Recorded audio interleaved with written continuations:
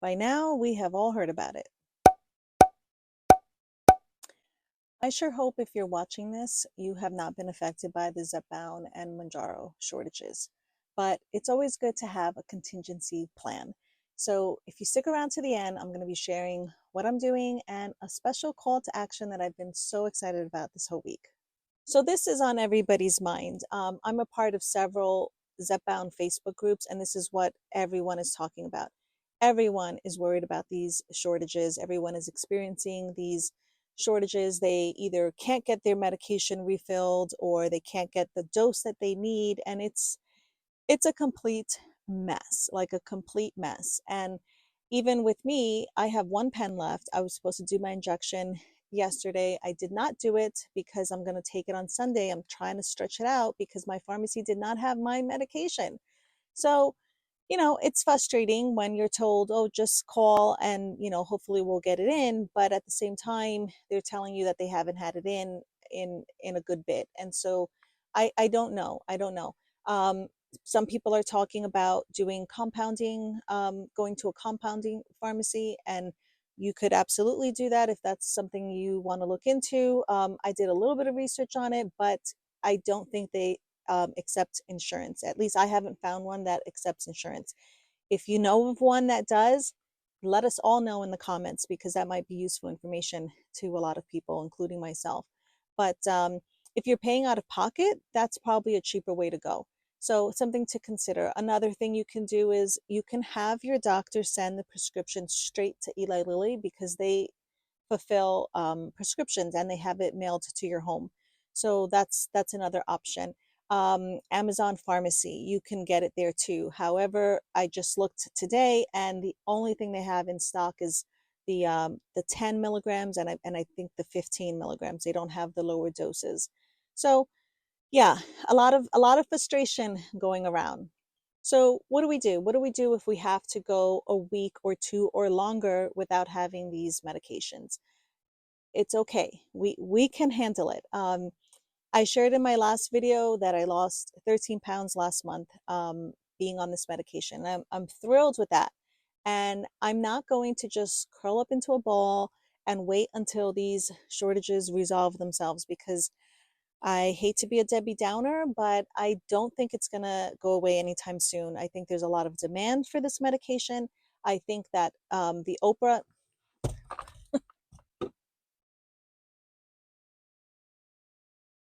are you okay? Oh my goodness. Oh my goodness. Why? This is a boot, bootleg setup, a ghetto setup.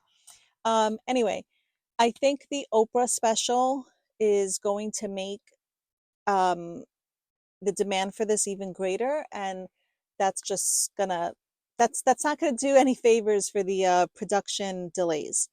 So what can we do? Well, I'll tell you what I'm going to do. I'm going to focus on these three things in the next week or two, and even if I get my medication, I'm going to be focusing on these things because I think they're that important. Number one, I'm focusing on sleep. Um, as a busy mom, you might tend to think of sleep, and I'm guilty of it too, almost like a luxury. And that's the wrong thinking. We can't think of it as a luxury. We have to think of it as a necessity. So if you were to get 7 to 8 hours of sleep, that has shown that it can, number one, improve your metabolism. So if you're on this medication, you could use help in that regard. But aside from that, it reduces your cortisol levels. Cortisol. I have a hard time with that word. It reduces your cortisol levels. And studies show that chronically high cortisol levels actually lead to um, worse appetite suppression and weight gain. So we don't like cortisol. We don't want that. And cortisol is the stress hormone, and the weight gain is typically like around your belly. We all know that. But yes, sleep interferes with that. So we want to get 7 to 8 hours of sleep a night. Second thing I'm doing is I'm going to really focus on bringing up my vitamin D levels. So if you're overweight, if you're obese, you are more than 2 times as likely to be deficient in vitamin D. Vitamin D gets trapped in fat cells, and when it's trapped in our fat cells, it's not being able to go to where it needs to go, to the other cells in our body that could use it more efficiently, to our bones and all the things. So we don't want that. Low levels of vitamin D also prevent your body from producing the right amount of melatonin that it needs. And of course, if we're trying to get 7 to 8 hours of sleep a night, we could use all the melatonin that we can get. And so, yeah, low vitamin D will not let you produce the melatonin that you're supposed to be getting. And this is crazy. Maybe you guys have heard of this before. I just found out about it in doing research for this video, but this blew my mind. So our fat cells are supposed to secrete a hormone called leptin, which I'm sure you guys have heard of leptin. But what leptin does is it's almost like a little messenger that travels to our brain and tells our brain when we're full. And when you have low vitamin D, that memo, that message does not get to our brain as well as it should. And so as a result, well, we overeat. So, not good, not good. That's why these medications are so effective because they actually bypass the pathway that leptin takes, and they kind of go like through the back door, so to speak. And they use GLP-1, another hormone, to tell our brain that we're full. And so, there's like a lot of misconceptions. I read comments and people think that this kind of medication is going to like magically melt the fat away. No, it doesn't. It's really more of like a brain medication more than, a magic pill. But I found that very interesting. So we need to prioritize sleep so we can improve our metabolism and reduce our cortisol levels. And we need to make sure that we're okay with our vitamin D because we need to liberate those fat cells so that leptin hormone can get out and do what it's supposed to do. And just a side note, um, you may have had blood work, and your blood work may have shown that you were in range, you were in the normal range, but normal is not optimal. And there's a lot of studies now that are showing that what's considered normal is nowhere near where we should be. So I happen to be very low in vitamin D. I have a prescription um, vitamin D supplement that I take. It's 50,000 units. I know that's a lot, but it's like just once a week. You can get a supplement that has like 5,000 units and take that every day. So that'll be 35,000 units for the week. I think most doctors will tell you to just take, like a 1,000 unit vitamin. I don't know. I think that's a little low. Another thing to consider is if you're a little bit darker, you're gonna have a harder time except uh, absorbing the vitamin D from the sun. So yeah, and actually even if you're fairer, because then you go outside and you're putting on a bunch of sunblock because you don't want to get burned. So it's something to consider. Talk to your doctor. Obviously, I'm just a mom trying to lose weight. I'm just sharing what I know and what I'm doing. But talk to your doctor. You may need a vitamin D supplement. And then finally, the last thing. I'm sorry, I'm looking down at my notes because I want to make sure I don't forget anything. But finally, the last thing I am doing is walking. And again, the theme of this video, I should have titled it like underrated things you can do for weight loss or something, because walking is another underrated um, thing you can do for weight loss. So, number one, it improves digestion. And if you're on this medication, you could use help in that area, most likely. Improves digestion, gets everything moving. So, that's good. It also uses the biggest muscles in your body, your legs, right? So that's a plus. Your core is engaged the entire time, so it's like a 2 for 1 type of thing. And it also uses up, it absorbs all that extra, well, maybe not all of it, but it absorbs the extra glucose, some of the extra glucose that we have traveling around in our bloodstream, which of course that's great because it stabilizes our insulin. And if we have stable insulin levels, then we're more likely to lose weight, and it's a whole thing. So walking is great for fat loss. And yes, technically you can lose more weight if you could lose more, burn more calories if you do an exercise like running or jogging or like these high intensity workouts. Think Jillian Michaels or something like that. Yeah, you can burn more calories doing that than you can walking, of course. But those exercises, aside from they do use fat cells, but aside from fat cells, they actually also use carbs for fuel for energy. And it's not that that's a bad thing. It's just that as a percentage, walking actually burns more fat cells than some of these other high intensity workouts do.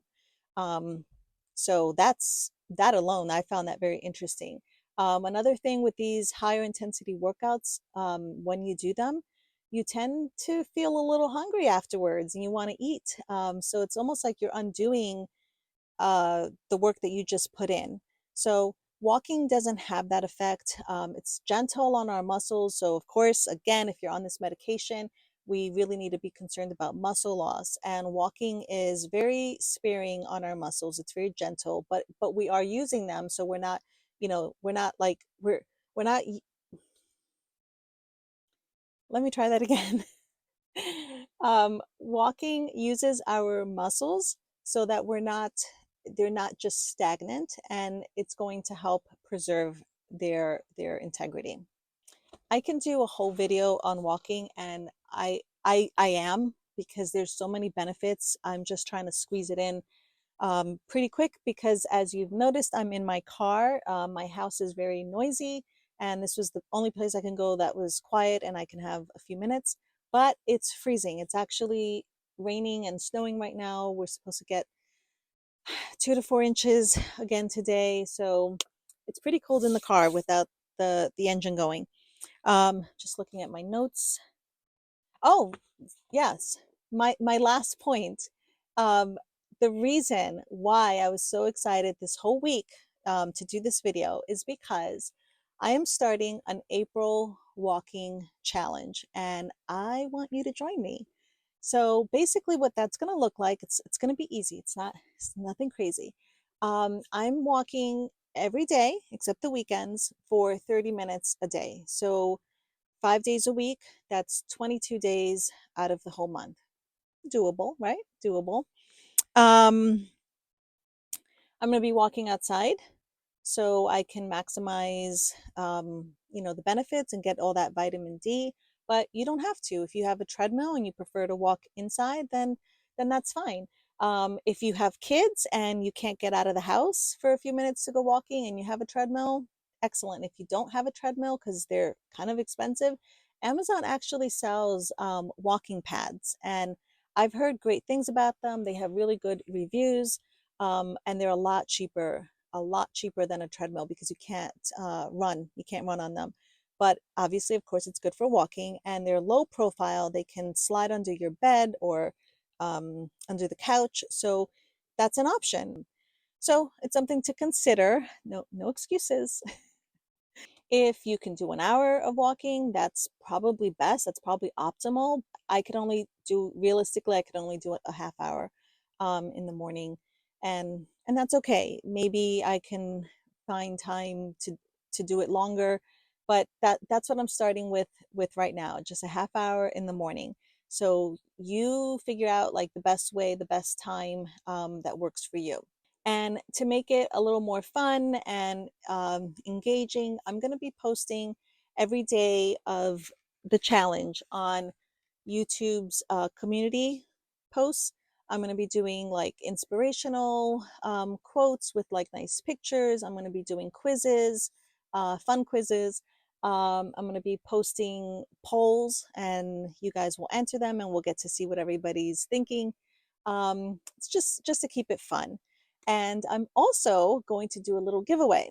Now, I'm not Oprah, so I can't give everybody a new car, but what I can do is give away a food scale, which again, I think is so underrated because it's not something that we think much about. But, if you're overweight, our perception of what a proper food portion is probably a little distorted, just a little bit. So a food scale will kind of give us like a concrete thing, and we can know like how many ounces of meat we're eating or whatever it is. They have things like, oh, it's the size of your palm, and I need to like see, because what if your palm is bigger than mine, or okay, but how thick is it? And yeah, so a food scale, underrated but very useful. So in order to enter that giveaway, all you have to do is, well, subscribe to the channel, of course, and then just post on these, comment on these community posts that I'll be doing. You don't have to comment on every single one. I know your life is busy, but as many as you can. And part of that is for accountability. I think that's important if you feel like, maybe I'm watching you or whatever. So it helps with that. But aside from that, I think motivation is one of those things that um, grows and gets bigger when you see other people around you that are motivated as well.